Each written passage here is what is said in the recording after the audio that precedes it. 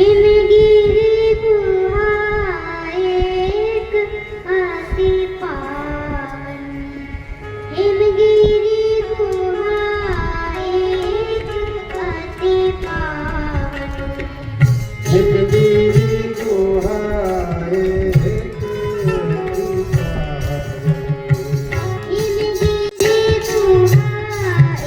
एक अति पावन, हिमगिरी गुहा एक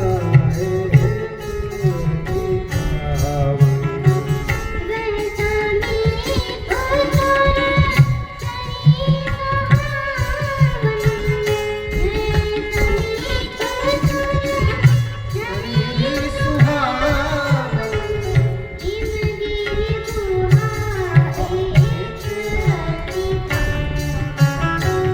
हिमगिरी गुहा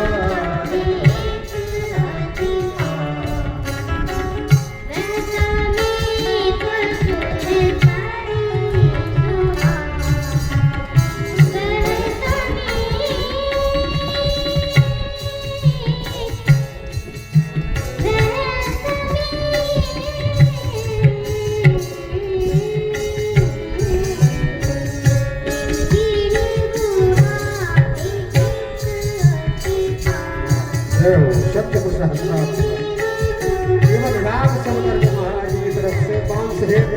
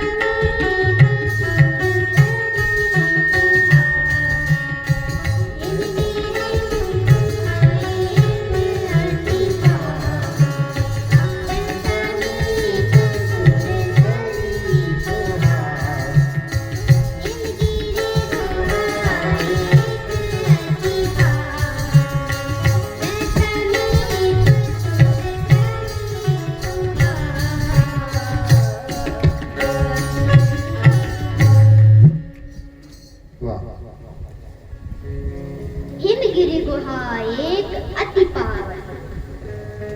कहने लगे, हे देवी, एक हिमालय पर्वत पर एक गुफा थी, गुफा, और वह समीप सुरसरी सुहावन। उसी के किनारे सुंदर सी गंगा जी नदी बह रही थी। आश्रम परम पुनीत सुहावा, आश्रम परम पुनीत सुहावा, वह समीप सुरसरी सुहावा। आश्रम परम पुनीत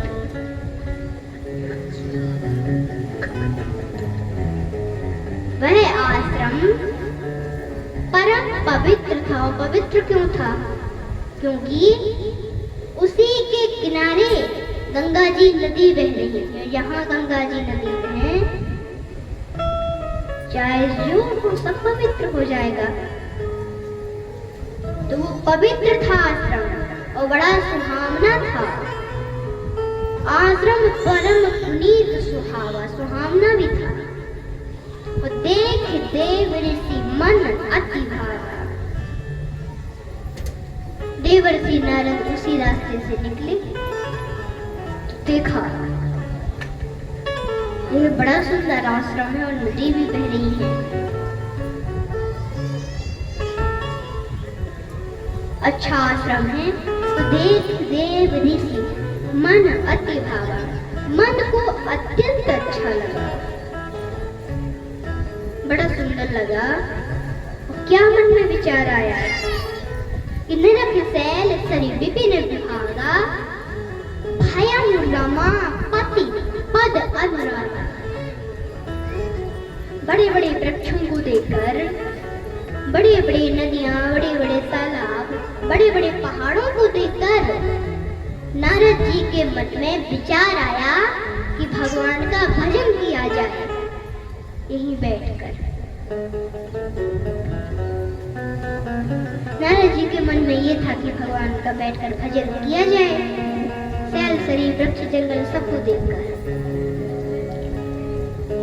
पर याद आया कि दक्ष का तो हमें श्राप लगा है, और श्राप किसके लिए लगा है? श्राप इसलिए दिया था दक्ष ने कि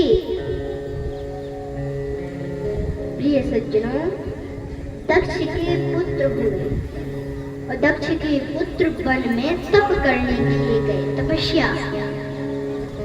तो जब तपस्या पूर्ण हुई तो वो जब अपने घर लौटने लगे और रास्ते में ही नारद जी मिल गए।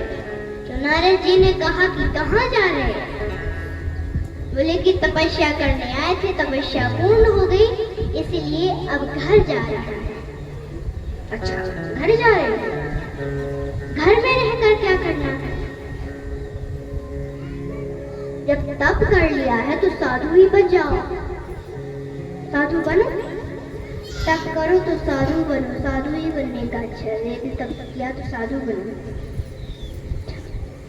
तो साधु बना दिया, अपने चेला बना दिया। और जब दक्ष को पता चला तो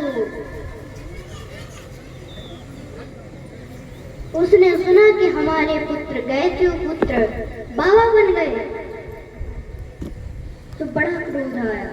तो क्रोध शांत कर लिया कि चलो कोई बात नहीं, अब नहीं बनाएंगे। और फिर पुत्र गए और फिर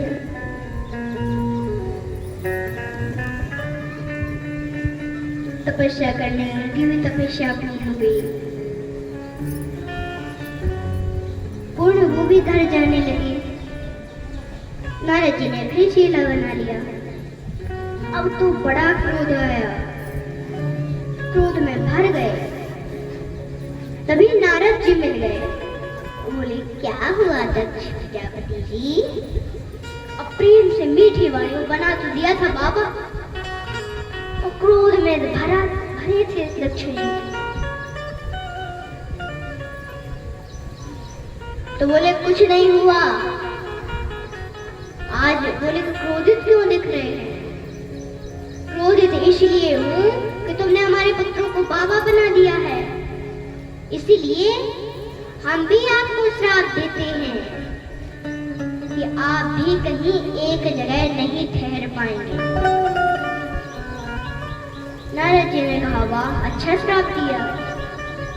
हम एक जगह नहीं ठहरेंगे और बाबा बनाएंगे और अपने चेला बनाएंगे, बहुत सारे चेला हो जाएंगे। नारद जी के चेले, नारद जी के चेले। अच्छा दिया श्राप, हम तो चाहते ही थे कि श्राप दो। और ये तो गजब हो गया कि एक गृहस्थ का श्राप विरक्त को लग गया। दक्ष ने यह सोचकर श्राप दिया था कि नारद जी हैं तो बाबा, और बाबा बनकर हमारे पुत्रों को अपने जैसा बनाते जा रहे हैं, इसीलिए गृहस्थ भी जरूरी है। यदि गृहस्थ ना हो तो महात्मा जन्म कहाँ लेंगे? अरे महात्मा तो ठीक, परमात्मा अवतार कहाँ लेंगे यदि गृहस्थ ना हो तो?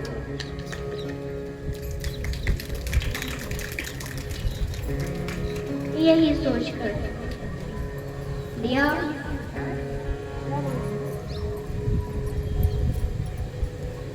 और देखिए, गृहस्थ में भजन करना बड़ा कठिन है, और विरक्त करो तो विरक्त में बड़ा कठिन है। जितना करते रहो, गृहस्थ अभी थोड़ी है हम। जब शादी विवाह होगा तब गृहस्थ जीवन पाएंगे, भजन नहीं कर पाएंगे। अभी तो विरक्त हैं। विरक्त हैं तो विरक्त में भजन ही करना पड़ेगा ना, तो करेंगे भजन। भजन